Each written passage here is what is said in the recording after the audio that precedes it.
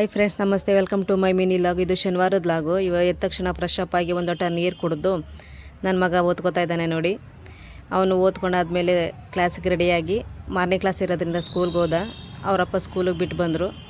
ಬಿಟ್ಟು ಬಂದಾದಮೇಲೆ ಒಂದು air mask apply ಮಾಡೋಣ ಅಂತೇಳಿ ಹಿಂದ್ಗಡೆ ಬಿಟ್ಟಿದ್ದಂಥ ಅಲಿವೆರಾ ಗಿಡನ ಚೆನ್ನಾಗಿ ತೊಳೆದು ಅದರಲ್ಲಿ ತಿಳ್ಳನ್ನು ತೊಗೊಂಡು ಸಿಪ್ಪೆಲ್ಲ ತೆಗ್ದು ಅದರಲ್ಲಿರೋ ಅಂಥನ್ನ ತಿಳ್ಳತನ ತೊಗೊಂಡು ಈ ಥರ ಸಿಪ್ಪೆ ಎಲ್ಲ ತೆಗಿಬೇಕು. ಚೆನ್ನಾಗಿ ಎಲ್ಲ ಅದರಲ್ಲಿ ಸಿಪ್ಪೆ ಎಲ್ಲ ತೆಗೆದು ಈ ಥರ ಜೆಲ್ ಬರುತ್ತೆ. ಈ ಥರ ಜೆಲ್ನ ಒಂದು ಪ್ಲೇಟಿಗೆ ತೊಗೋಬೇಕು ನೋಡಿ. ಈ ಥರ ನಮ್ಗೆ ಎಷ್ಟು ಬೇಕು ಜೆಲ್ ಅದನ್ನು ತೊಗೋಬೇಕು. ಚೆನ್ನಾಗಿ ವಾಶ್ ಮಾಡ್ಕೋಬೇಕು, ಇಲ್ಲಾಂದರೆ ಇಚ್ಚಿಂಗ್ ಬಂದುಬಿಡುತ್ತೆ. ಅದೇ ನಮ್ಮ ಗಿಡದಲ್ಲಿ ದಾಸವಾಳ ಗಿಡ ಬಿಟ್ಟಿತ್ತು. ದಾಸವಾಳದ ಎಲೆನ ತೊಗೊಂಡು ಮತ್ತು ಅದರಲ್ಲಿ ಬಿಟ್ಟಿರೋಂಥ ದಾಸವಾಳದ ಹೂವನ್ನ ತೊಗೊಂಡು ಚೆನ್ನಾಗಿ ವಾಶ್ ಮಾಡಿ ದಾಸವಾಳದ ಹೂವು ಮತ್ತು ಎಲೆ ಎರಡನ್ನೂ ಮಿಕ್ಸಿಗೆ ಹಾಕ್ಕೊಂಡು ರುಬ್ಕೋಬೇಕು. ಮತ್ತು ಜೆಲ್ಲು ಮೂರೂ ಹಾಕಿ ಚೆನ್ನಾಗಿ ರುಬ್ಬಬೇಕು. ಜೆಲ್ ಥರ ಮಾಡ್ಕೋಬೇಕು. ಇದನ್ನು ಚೆನ್ನಾಗಿ ಪೇಸ್ಟ್ ಆದಮೇಲೆ ಒಂದು ಬಟ್ಲಿಗೆ ಹಾಕ್ಕೊಂಡು ಅದನ್ನು ಅದಕ್ಕೆ ಸ್ವಲ್ಪ ಮೊಸರು ಹಾಕ್ಕೋಬೇಕು. ಮೊಸರು ಹಾಕ್ಕೊಂಡು ಚೆನ್ನಾಗಿ ಮಿಕ್ಸ್ ಮಾಡಿಕೊಂಡು ನಮ್ಮ ಕೂದಲಿನ ಬುಡ ಭಾಗಗಳಿಗೆ ಹಚ್ಚಬೇಕು. ಯಾವ ರೀತಿ ಅಂದರೆ ನೋಡಿ, ಈ ರೀತಿ ಬಿಡಿ ಭಾಗಗಳನ್ನಾಗಿ ಮಾಡಿಕೊಂಡು ಕೂದಲಿನ ಬುಡಕ್ಕೆ ಚೆನ್ನಾಗಿ ಹಚ್ಚಬೇಕು.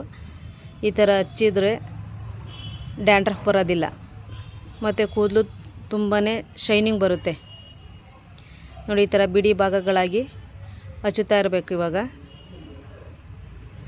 ಈ ಥರ ಹಚ್ಚಿ ನಾವು ಸ್ನಾನ ಮಾಡೋದು ಇನ್ನೊಂದು ಅರ್ಧ ಗಂಟೆ ನನಗೆ ಹಚ್ಚಿ ಸ್ವಲ್ಪ ನೆನೆಯಕ್ಕೆ ಬಿಡಬೇಕು. ಆವಾಗ ಕೂದಲು ತುಂಬಾ ಚೆನ್ನಾಗಿ ಉದುರಾಗಿರುತ್ತೆ, ತುಂಬ ಶೈನಿಂಗ್ ಬರುತ್ತೆ.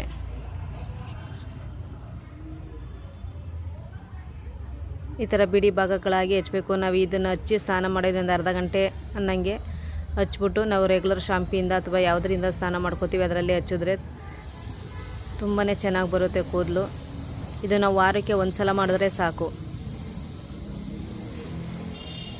ನೋಡಿ. ಈ ಥರ ಬಿಡಿ ಭಾಗಗಳಾಗಿ ಮಾಡಿಕೊಂಡು ಬುಡಕ್ಕೆ ನೀಟಾಗಿ ಹಚ್ಚಬೇಕು.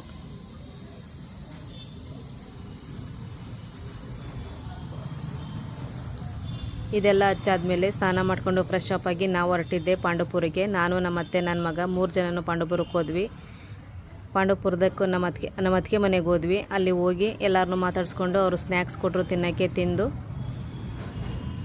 ಎಲ್ಲರನ್ನೂ ಮಾತಾಡಿಸ್ಕೊಂಡು ಅಲ್ಲೇ ಕೂತಿದ್ವಿ. ಇವತ್ತಿಗೆ ಇಷ್ಟೇ. Thanks for watching.